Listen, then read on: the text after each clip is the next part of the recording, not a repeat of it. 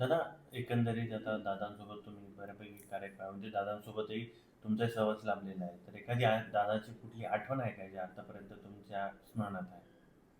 हीच आठवण आम्ही तुम्हाला मगाशी त्या ब्रिजची सांगितली. त्यानंतर पूर्वी दादांशी अनेकदा इतर नेते मंडळींच्या वेळेस भेटायचा योग आला. आमचे माऊली आबा कटके आमदार यांच्यासोबतही त्या ठिकाणी 2 वेळा दादांना भेटण्याचा विषय आला.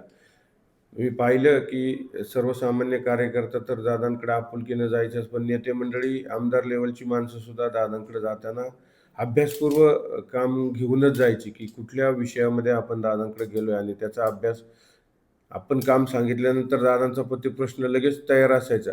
कुठल्याही कामावर आपण बघतो सकाळी 6 वाजल्यापासून कामाला त्यांची सुरुवात करणारा मला वाटतं महाराष्ट्रातील एकमेव हा असा नेता असणार आहे.